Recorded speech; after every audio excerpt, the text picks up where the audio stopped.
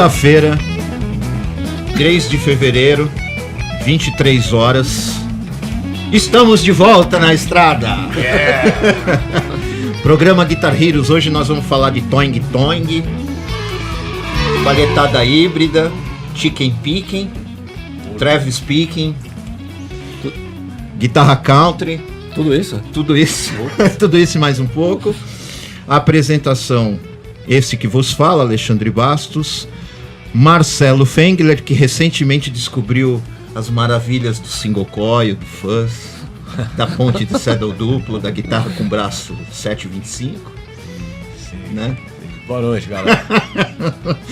Que vai sair como destaque no carro abre-alas do Unidos do Fuzz. Unidos do A asa eu já tenho. Asa de pluma. Direção geral Marco Mendes. Eu não aguento. E o nosso convidado de hoje é Flávio Gutock. Boa noite, pessoal. O cara que tocava de guitarra de headstock com tudo. Pois é. Alavanca Floyd Rose. Pois é. Tudo isso. Cabelo no Cossix. Né? Pois é, tudo isso. From Hell total. Aí ele recebeu a iluminação de uma Telecaster. De uma Telecaster. Passou a tocar de single coil. Pois é. Braço 725. Pô, mas o braço tem que ser de 725. Não, eu quero que seja de 725. A pele do Cotsen tem um braço com shape diferente, cara. Não, eu sei que tem. Aquilo lá é um taco de beisebol. Então eu também não gosto, não. Ele deve, a mulher, ou a mulher dele odeia ele ou adora ele, né? Porque, tocar com aquela guitarra lá, com aquele braço, sinceramente. Embaçado. Eu coloquei a mão numa Telecaster daquela lá, caiu a mão na hora, assim, porque tá louco. Mas enfim, hoje é aniversário do Cotsen, inclusive. Ah, é? É, ele nasceu no dia 3 de fevereiro de 1970. Olha que coisa legal, né? Boa. Hoje também. 4 anos mais novo que eu. 1 ano mais velho que eu. Você é uma criança, hein? Eu sou um bebê de colo. E hoje, por sinal, né? Estamos comemorando 1 ano de Guitar Heroes nessa segunda fase, né? Já estamos lá, vamos. Cadê a champanhe, Marcão? E o Toing Toing comendo solto. Bom, antes de mais nada, vamos falar sério. Esse programa agora mas tem Hã? Mas não muito. Só um pouquinho. Para inglês, velho. Vamos fazer de conta. Vamos fazer de conta que a gente é gente séria, né? Pois é. Puta mentira. Esse programa tem o apoio da Guerra Guitars e VGTech. Anunciando também algumas novidades que vem por aí. O Guitar Date RJ, que é uma confraria de guitarristas lá no Rio de Janeiro, encabeçada pelo Guilherme Benayon, Daniel Campos, Thiago Zalinski, Tom Rangel e mais alguns caras. Também está apoiando agora o Guitar Heroes e o Concepção Guitarra, encabeçado pelo workaholic Eric Paulucci. Também está apoiando esse programa e a gente sempre que possível vai cobrir os eventos do Concepção Guitarra, já começando desde já. Primeiro evento do Concepção Guitarra, uma Masterclass no dia 9 de fevereiro em Salto, às 11 horas da manhã, com Eduardo Danui, Eric Paulucci, convidados Daniel Gagletta e Camilo Macedo, que é o guitarrista agora dos Mutantes, junto com o Sérgio Dias, né? No dia 16, também um outro evento do Concepção Guitarra, um workshop com Aquiles Faneco, ou Faneco, né? Tem várias coisas legais vindos, mas vamos falar sério agora. Ou não. Ou não. Acho melhor não. E não esquecendo, amanhã, dobradinha de Toing Toing de novo. Nosso parceiraço, brother e viabilizador do nosso grande convidado tá aqui, Guto Vig. Porra. Sorte pro Guto, né? Sorte pro Guto. Vai apresentar o programa falando de guitarra Toing Toing. Pois né? Guitarra Country, o Country Guitar BR Rádio Show. Amanhã às 22 horas, toda a sorte do mundo pro Guto. Só que eu acho que o programa vai ser Professor Pardal. Não, bicho. Professor Pardal tinha que ser o programa do cara. Um adendo aqui. Outro dia a gente se encontrou, tava tomando um café, ele me mostrou as pardazices dele. Bicho. Pois é. Ele pegou um violão e colocou um bibender, velho. Pois é. No violão? Um violão, ele abriu o violão atrás e colocou um bibender. Pois é. É o Guto. Pardal. Guto. Ele tinha que fazer o nome do programa tinha que ser Professor Pardal, velho. Pô. Eu chamo ele de Bickman. O mundo de Bickman. O mundo do Guto Bickman. Porque é impossível. Ele cria umas coisas que só ele cria. De vez em quando ele chega lá com umas dedeiras diferentes. Pois é. Bota uma palheta grudada com um negócio e fala assim, cara, como é que pode? É o ócio. Isso é legal. Fala, é o ócio criativo do Guto Big. Bom, gente, agora vamos falar de verdade. O nosso convidado de hoje é Flávio Gutoc. O Flávio, ele era um guitarrista. Ele continua sendo um guitarrista, mas que teve uma carreira grande no heavy metal. Foi guitarrista do Arpia. Lynx, a banda dele, né? Tá banda legal pra caramba. Eu tenho o disco. Você tem o disco? Pode. O Jajá tinha um lá sobrando e me deu. Tem um segundo que não chegou a sair. Não chegou a sair, né? Bem legal, assim. O disco do Lynx é bem legal, apesar da capa ser hard rock farofa, né? Acho que na época, na verdade, quem cuidava dessa onda de visual assim, era o cantor, né? Uhum. E ele era muito ligado nessa parada. Então ele fazia aquelas coisas, eu também nunca me preocupei muito, acho que tá errado também, né? Mas eu me preocupava com o som, com a concepção de como tinha que fazer, não sei o quê. E essa parte de visual, cara, vamos botar uma mulher sem roupa. Naquela época era legal, né? Mas hoje tudo hoje só meio que over, né? E a banda era bem legal, o Lynx era bem legal, o Arpia com o Flávio também era bem. Todos os guitarristas que passaram pelo Arpia foi bem legal, mas o Arpia com o Flávio, na minha opinião, eu acho que tinha uma estética um pouquinho diferente. Eu não sei, cara. Na verdade, assim, o Tibério, que é o dono da banda, que é um amigo, assim, né? Ele tinha uma concepção na cabeça dele e ele tentava passar pra gente, né, cara? Assim, olha, eu queria armar uma banda que ela tivesse com essas características. E isso, cara, eu acho que pelo fato de eu ter ficado bastante tempo lá, eu toquei acho que 6 anos lá, acabei pegando, né, o que o cara queria. A gente fazia um negócio assim, bem direcionado, assim, né? E ele acabou acostumando, assim, com esse jeito de trabalho, acho que tinha as influências do Judas Priest, essas coisas, né? Metal bem anos 80 mesmo, né? Eu acho que acabou casando, né, o som, o lance do Percy no vocal, acho que era uma coisa bem legal, assim, né? Um cara que eu tenho um super orgulho, desculpa, de ter trabalhado com ele. Que, eu assisti quando eu era criança, cara, 13, 14 anos, eu ia em show e via ele cantando, eu achava, já curtia demais, achava um puta cantor, não sei o quê. Eu acho que o Percy era um cara, que, na verdade, a minha maneira de enxergar, assim, ele é um cara que conseguiu cantar heavy metal em português. Sim. Porque ele arrumou um jeito que não ficasse caricato. E soava bem. Então, assim, eu acho que a importância dele nesse cenário foi bem grande, viu, cara? Eu acho que, não sei se todo mundo aqui concorda, mas eu acho que o rock sempre foi por ter, de fato, algo norte-americano ou inglês, um dos maiores empecilhos aqui no Brasil era que fosse cantado em português, soava estranho, exatamente, né? Exatamente. Mas acho que todo mundo dos anos 80 transcendeu essa, não anos 70, só anos 80 seria injusto, mas o pessoal que fez anos 60, anos 70, que esse movimento de rock também teve a sua parcela de romper essa barreira. Né? Eu acho que assim, eu fiz várias músicas com ele, né? Assim, o disco inteiro acabou sendo, a maioria das músicas foi nós que fizemos juntos, né? E eu percebia que, assim, a forma que ele dividia a parte da melodia com a letra em português era diferente. Justamente para que as palavras não ficassem quebradas. Sim. Que as pessoas que estivessem do outro lado conseguissem entender. A métrica, né? E todo mundo, eu acho, assim, que se você quer com uma estética mais americana, canta em inglês. Não tem outro jeito, porque se você fizer em português cantando como se fosse americano, cara, fica bem caricato e fica meio estranho, né, cara? Uma coisa fica lamacenta. Né?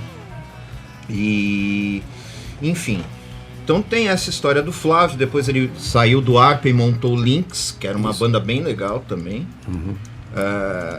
E o Flávio, para quem não conhece a história antes, o Flávio era e a piada, claro, eu fiz a piada, mas era proposital, até pra gente conversar sobre.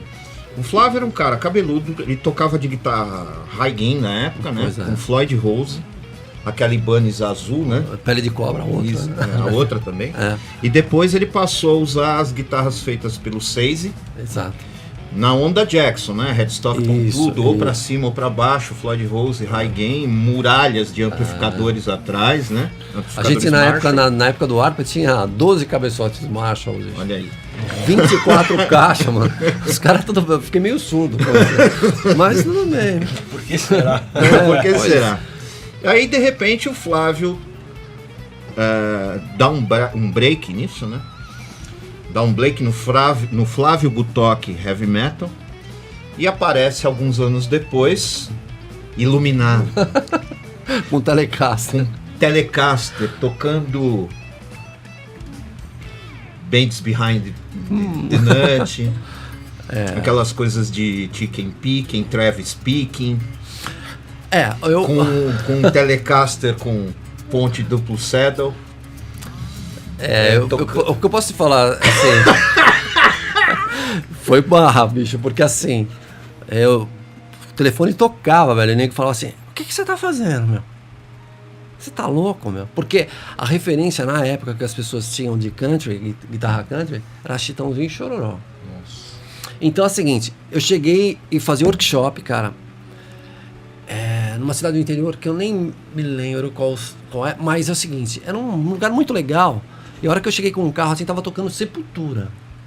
Assim, um som do Sepultura. E os caras me botaram lá pra fazer um workshop de country. Que ninguém sabia o que era. Cara, aí, a hora que eu sentei, cara, isso que foi legal, o lance do Lynx, do Arpa, tudo, né? A hora que eu sentei, eu falei, bicho, eu conheço esses caras. Todos esses caras que estão aí, que vão talvez jogar lata na minha cara, eu conheço eles. Já conheço. Então... o que eu fiz, cara? Eu falei assim, olha, cara, espero que vocês tenham um pouco de paciência. Vocês acham que eu vou tocar uma coisa que não é o que eu vou tocar. Vou tocar uma outra coisa. E depois eu toco pra vocês, se vocês quiserem, um pouco de Metallica, um pouco dessas outras coisas. Mas espero que vocês tenham uma abertura maior pra ouvir uma outra coisa diferente. Que eu vou tocar rock pra vocês. Aí... Quando eu toquei a primeira música, cara, aí os caras já mudaram. E assim, aí baixou um respeito, assim, que não tava tendo até então. Então, eu acho, assim, que naquele período, era assim, eram muito poucas as pessoas que entendiam o que estava acontecendo, cara. Então, era muito difícil você chegar, tudo tinha que ser explicado. O cara da cover não me botava na capa, na revista, não na capa, na revista, porque era uma aula de vídeo, de aula country, só pelo nome, cara. Entendeu? Então, assim, eu não tive nenhum tipo de propaganda. E, cara, vou falar pra você, das videoaulas feitas lá, a minha foi a terceira que mais vendeu, sem propaganda. Então, assim, porque as pessoas queriam... Quando as pessoas começaram a entender do que se tratava aquilo, elas perceberam que é rock, bicho. Que, assim, que não tava tocando outra coisa, não tava...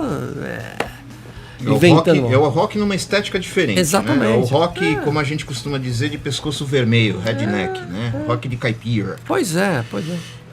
O mais engraçado dessa história toda é que eu conheci o Flávio com o Arpa, quando garoto, e depois o Lynx.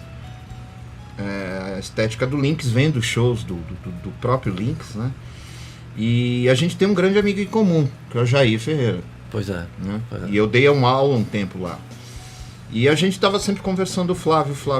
E nesse meio tempo também teve uma história engraçada. O Flávio teve um acidente automobilístico muito sério. Né?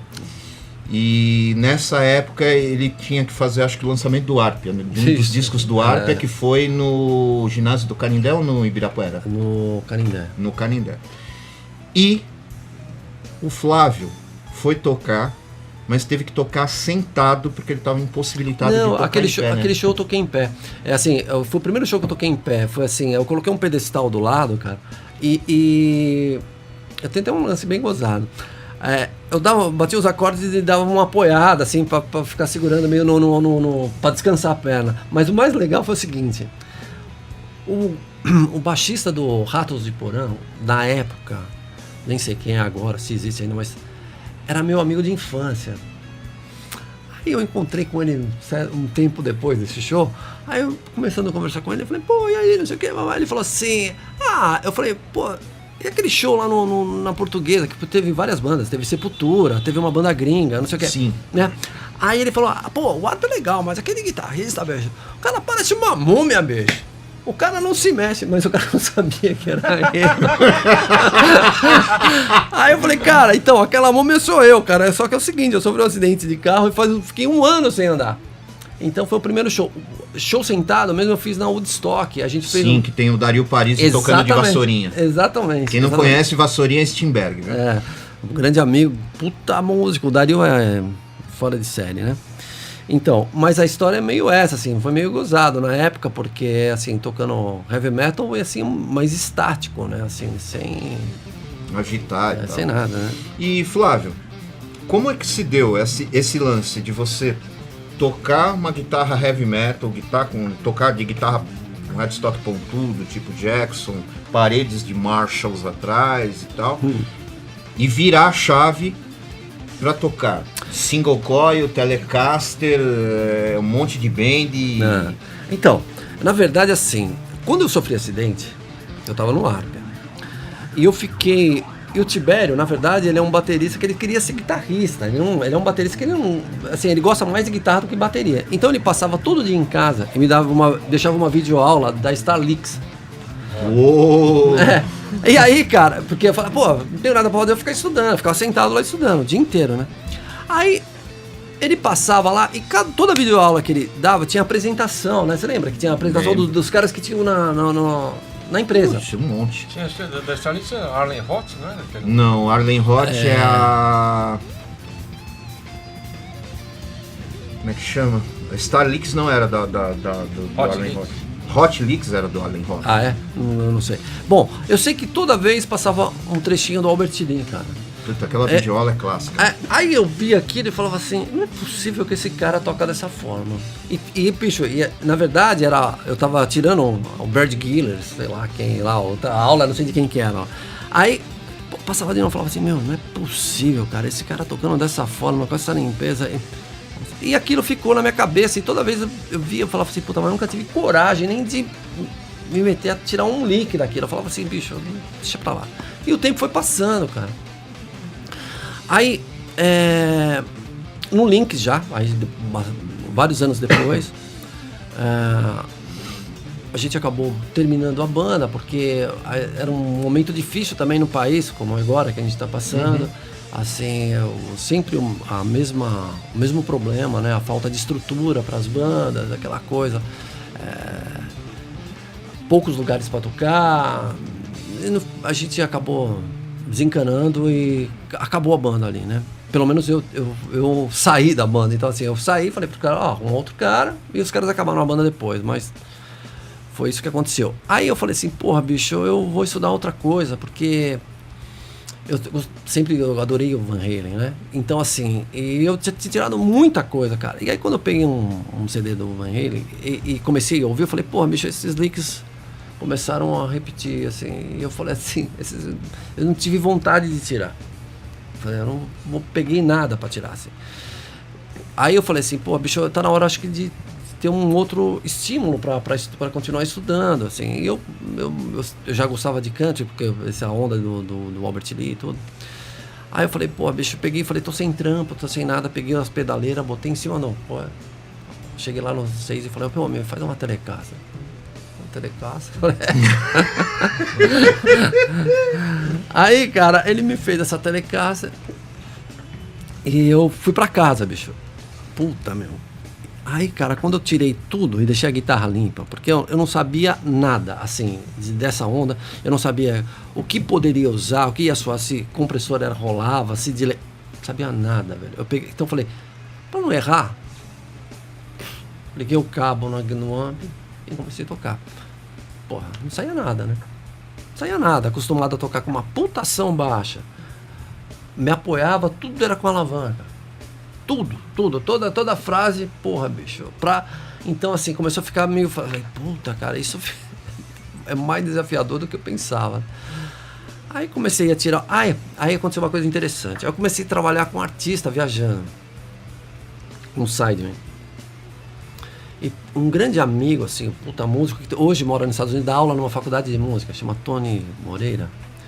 Ele que até produziu meu último CD, ele mora lá hoje, né? Ele falou assim, pô, Flávio, consegui instalar tinha começado o lance do Pro Tools.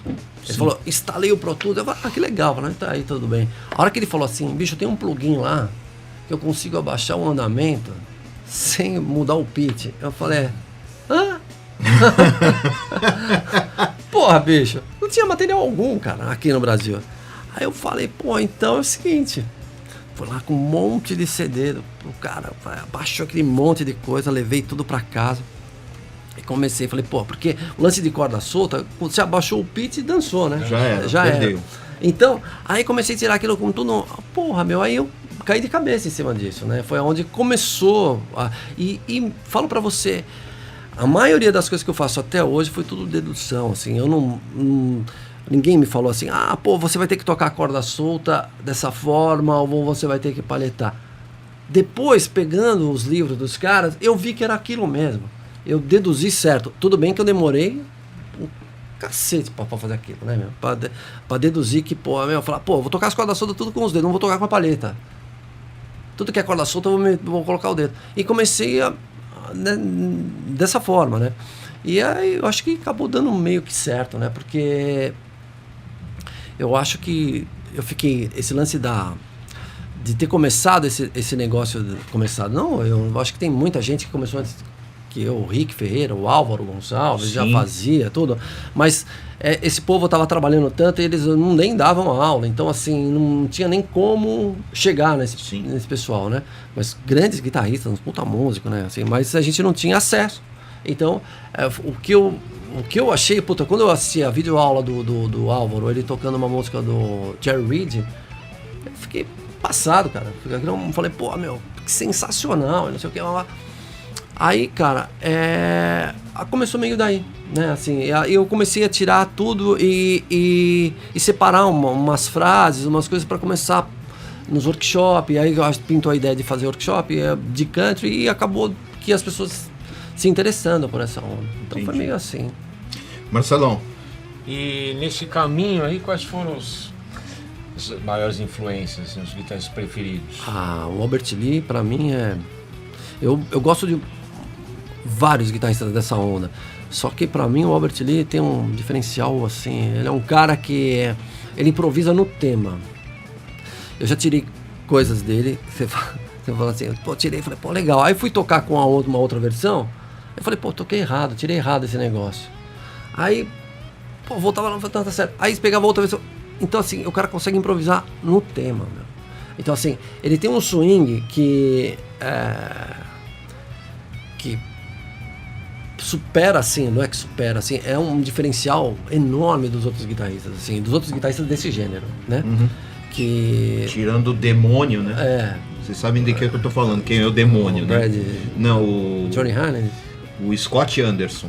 Sim. Aquele é o demônio. Aquele cara é o demônio. Não, esse cara é a parte. Não, esse cara a gente não põe no meio, porque esse cara não dá.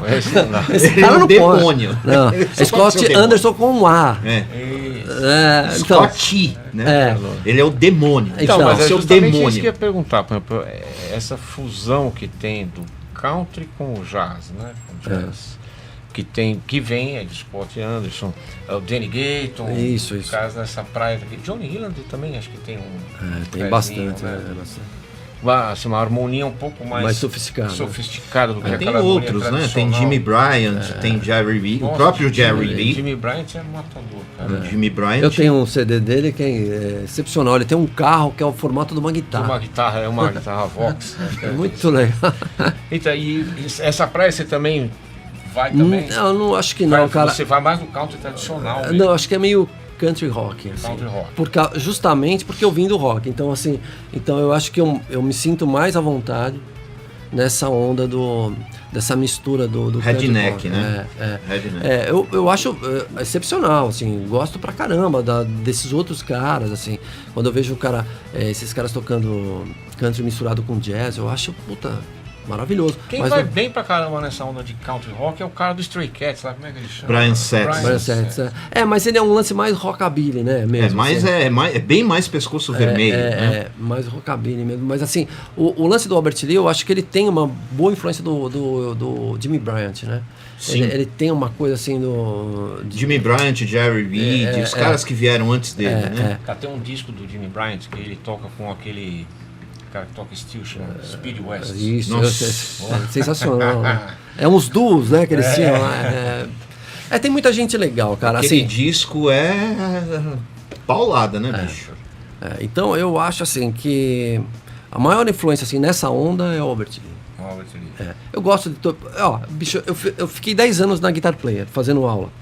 E eu me propus a fazer uma aula por mês de um guitarrista diferente. Eu passei 10 anos fazendo aula de cada mês de um cara. Então fiz aula de assim 90% dos caras, eu fiz uma aulinha. Então eu acabei sendo obrigado a tirar coisa dos caras e ouvir um pouco e não sei o quê. Mas assim, cara, o Albert Lee hoje você pega ele tá com quase 80 anos, né? 77, sei lá. Sim. E o cara tem 30 shows na agenda por mês, 20 e poucos shows por mês, né? Você vê que o cara faz aquilo com uma paixão que... É impressionante. Bom, a gente já chegando no final do primeiro bloco. No segundo bloco, vamos aos assuntos espinhosos. Single coil, fuzz. Depois eu quero fazer uma pergunta. A primeira pergunta do segundo bloco é sua. Tá bom. Final do primeiro bloco, a gente volta já. Programa Guitar Heroes, chega de bunda music.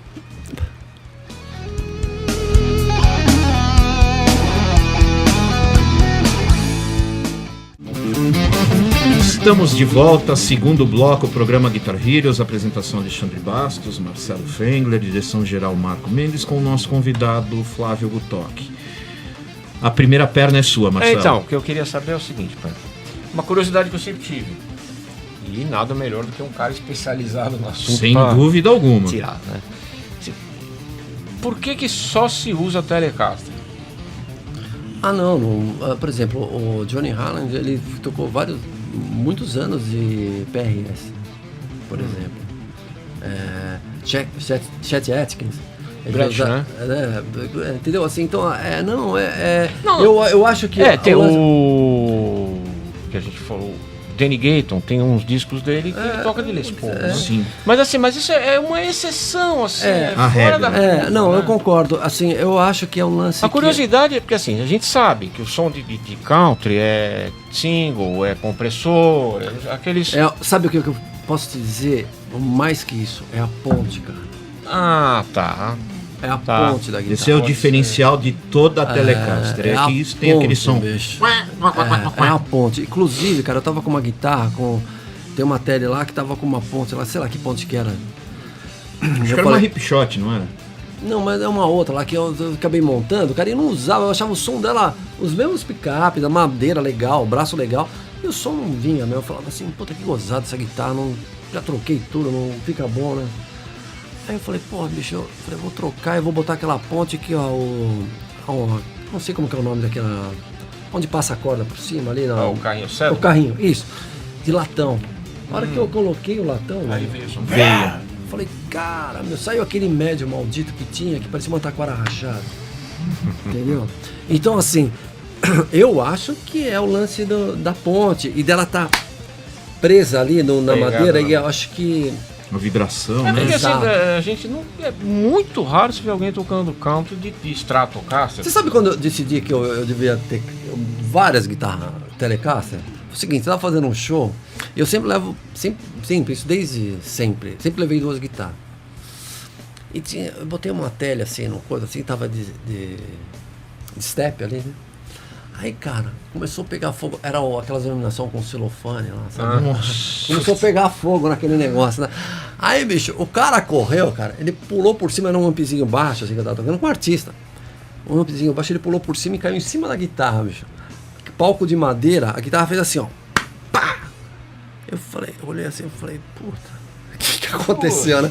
A hora que eu puxei, tinha um prego, velho, no palco. Fincou na guitarra, se eu puxei, saiu um pedaço do corpo, né? Nossa. Aí eu falei, acabou, né? A hora que eu peguei a guitarra tava afinada. Eu falei, bicho, me deu o resto, bicho. Me deu o resto. A guitarra é isso. Me deu o resto, mano. Então foi isso. Eu acho que foi a primeira vez que eu falei assim, pô, cara, acho que. Eu já tive um problema com essas guitarras com headstock de quebrar a ponta. Arranca a cabeça fora. Ah, e fora, quando eu tava com o Floyd, bicho, chegava lá, ia fazer um show com um artista, cara, aí tinha que chegar meia hora antes pra ficar lá com aquela coisa daquela alavanca, pra parar a afinação e não sei o que. Aquilo foi me dando num estado de nervo que eu não usava. Aí eu falava assim, bicho, eu não uso isso aqui, nem isso aqui que eu tô fazendo, eu não uso uma frase com alavanca. Tocando com o artista. Eu falei, pra que eu tenho esse negócio? Esse puta problema. Aí, bicho, mudava a temperatura e muda tudo. Eu falei, cara, é muito enjoado, né? Já falei pra você. E com relação a pedais e amplificadores, o que você está usando? Então, é assim, eu tenho alguns amplificadores. Eu tenho um Crate valvulado, tenho um Ibanez, uma cabeça Ibanez. Eu tenho um Meteora. São três amps que eu tenho, E... Todos valvulados? Todos valvulados. E aí é o seguinte, tem uns pedais, os pedais são da Nux, né, todos eles, e assim, é um setup super simples, assim, é um delayzinho, um drive, um drive leve, não não, drive, cara, eu te falar a verdade, cara, eu deixo ele, se você for olhar a quantidade de drive, no 2. Só para fazer um... Exatamente. Só para dar uma esquentadinha. Eu uso um boost e um compressor. Tudo da Nux, assim, que são super honestos, assim, eu uso, tem uma coisa assim, né, cara, eu tive algumas empresas, assim, apoiando, só que, assim, na real, assim, eu sempre uso aquilo que, eu sempre fecho uma parceria, assim, com as coisas que eu realmente uso, assim, eu nunca pego uma coisa que... Não, que é justo, né, cara, é uma coisa que a gente fala, assim, é reflexo dos tempos, né, hoje em dia parece que é uma... Como é que eu vou explicar? O objetivo dessa moçada que toca guitarra, principalmente os caras que são mais novos, é ser endorser de alguma coisa, né? O cara quer ser... Não interessa do que é, se é de palheta, de captador, seja lá do chinelo havaiano, tá o cara quer ser invertido, endorser, né? de alguma coisa. O processo está invertido. O cara quer ser endorser para depois ele pensar no último estágio, que é o profissionalismo. Mas eu vejo muita gente... que eu não conheço, assim, eu vejo na internet, você vê um monte de gente que você não tem a menor ideia de quem é, né? Que é endorser de equipamentos e falando maravilhas tal, de coisas que a gente sabe que são ruins. Isso acontece. Né? E eu acho que... É desagradável. Na realidade é assim, você está sendo patrocinado por uma empresa, você tem que acreditar naquele equipamento. Senão não dá. Porque na verdade assim... mesmo que, por exemplo, você esteja usando um equipamento, que o cara fala, pô, esse equipamento não presta, mas se pra você é legal, você tem mais que usar. Claro. Eu acho que o grande diferencial, que assim, igual volto a falar, assim, eu acho que hoje nós temos centenas, milhares de guitarristas excepcionais assim no Brasil. Só que uma coisa assim que eu acho que as pessoas, na minha modesta opinião, que deveriam prestar um pouquinho de atenção, eu acho que assim, voltar um pouquinho para os anos 70 e ver a personalidade de timbre de cada guitarrista. Que eu acho que isso é uma coisa que acaba acrescentando na própria carreira da pessoa. Porque a gente pega, às vezes, eu assisto, às vezes os caras me mandam algumas jams assim de guitarristas, com 20, 30 guitarristas, você fala assim, putz, os caras tocando pra caramba. Só que o timbre parece que é o mesmo guitarrista, cara. É o mesmo cara.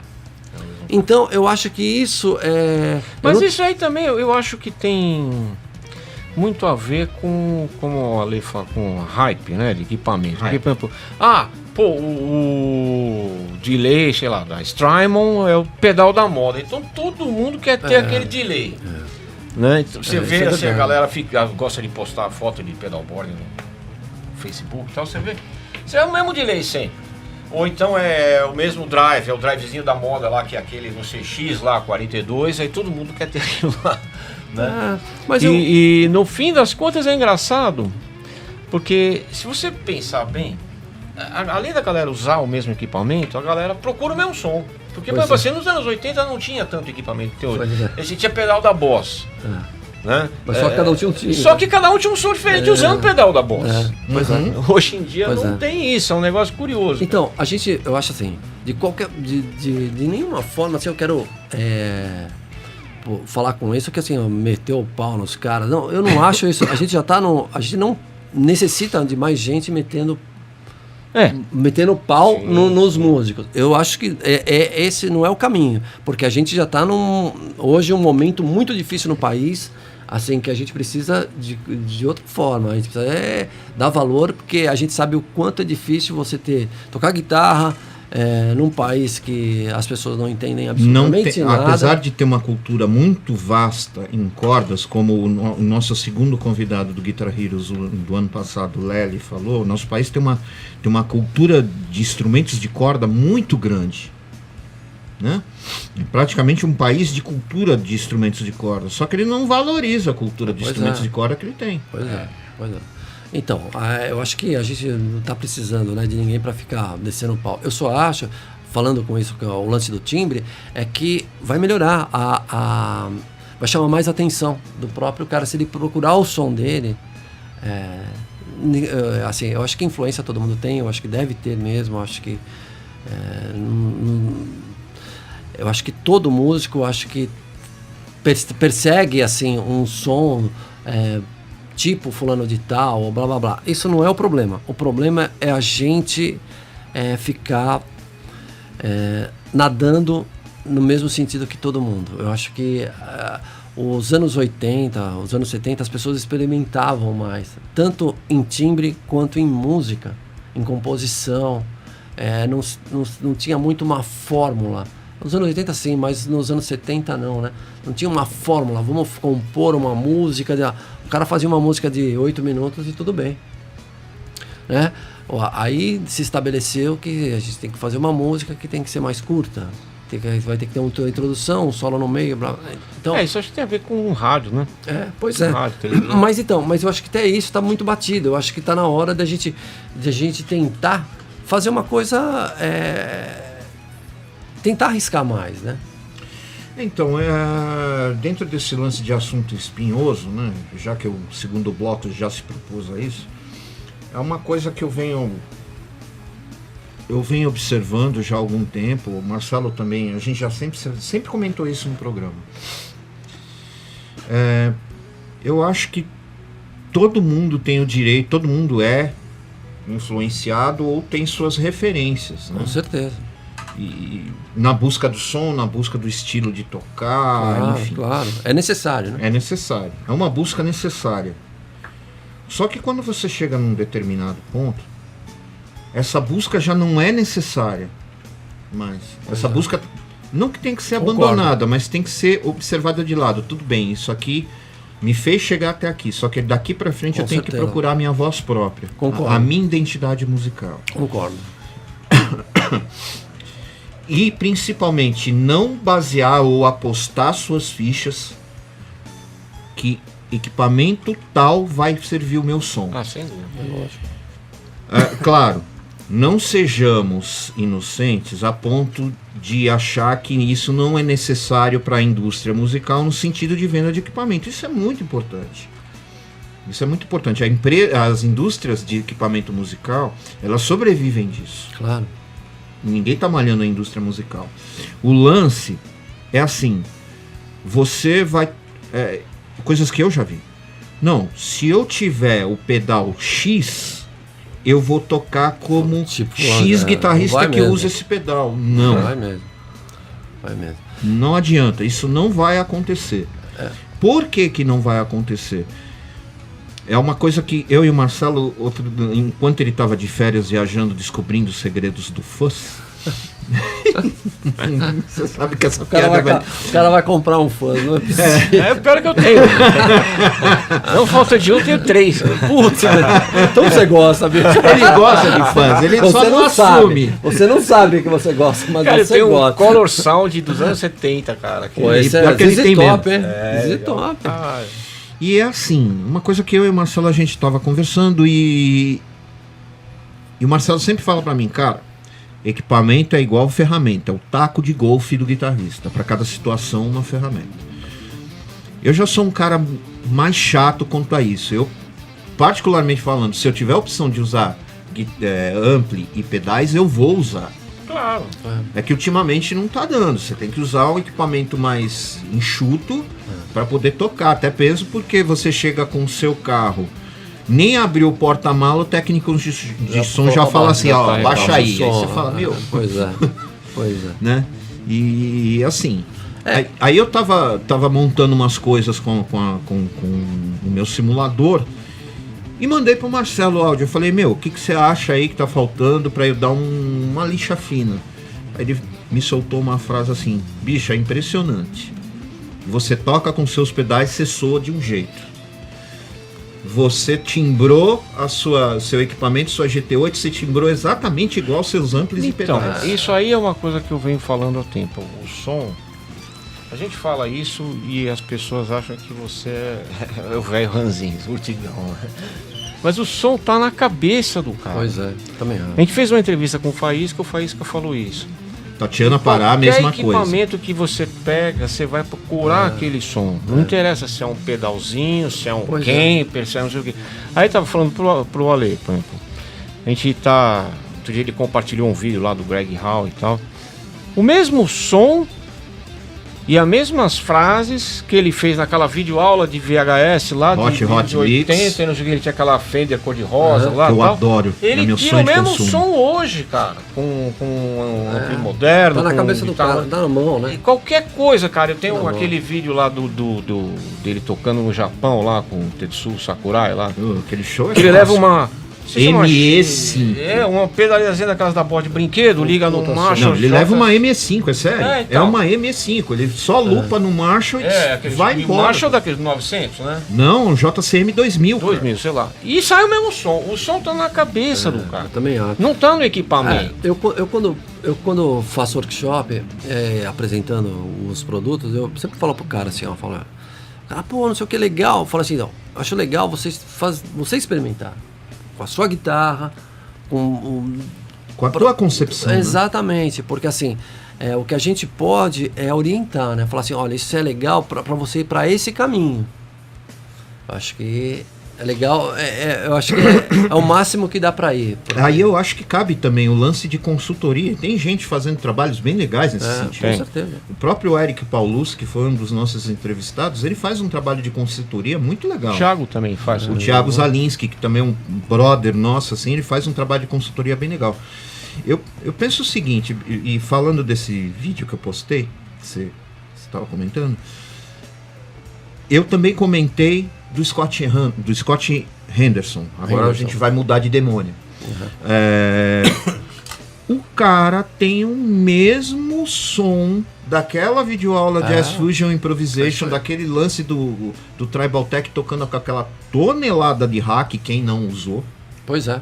Né? Todos nós aqui usamos hacks, vamos ser honestos. Opa! E ele tem o mesmo som há mais de 40 anos. Hoje ele toca lá com ampli valvulado, meia dúzia de pedalzinho e manda brasa. Né? Pô, mas o Scott mudou o jeito de tocar, mudou o som. Não, o Scott não mudou. A única mudança substancial no som de guitarra do Scott é o jeito que ele palheta. Por causa do Michael Landau. Que ele usava a ponta, agora ele usa a parte gorda da palheta. Pode observar, quem quiser tirar a prova, olha os vídeos do Scott. Ele toca tudo com a lateral da palheta.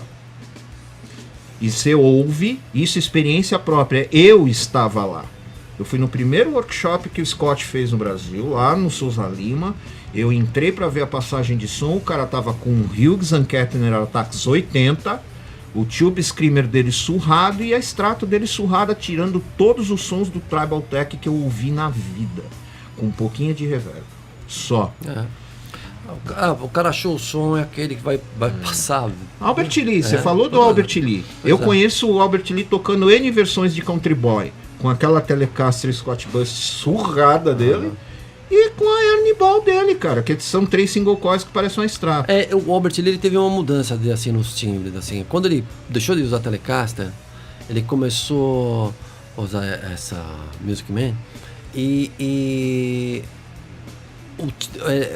como ele não tinha aquele timbre de Eric Clapton que ele tem. Sim, hoje, né? Hoje ele assim, é tudo em cima daquele som, né? Hoje ele acho que é aquele DBX Middle Buster que é embutido nas guitarras do Clapton, né? Então assim, mas eu acho que é isso aí mesmo. Os caras fizeram sei lá se é uma homenagem, não sei o que foi. Eu sei que um monte de artista gravou várias músicas e colocaram ele com os caras de heavy metal tocando. Sim. E ele tocando com aquele som de limpinho, aquele puta som de drive assim, rolando sujo, a hora que ele entra, você fala assim, pô, é o Robert Lee. É isso que a gente tá falando. Sim, reconhecer o som do cara. É o Robert Lee, pronto. Exatamente. Né? E tem uma galera nova tocando country, né? Uma molecada tocando country que é bem legal. Tem lá o Brad Paisley e tal. Eu não acho bem country, mas tudo bem. Ele tem uma influência de Van Halen. Aquele cara que tá tocando com os Eagles agora, o Vince Gill, não?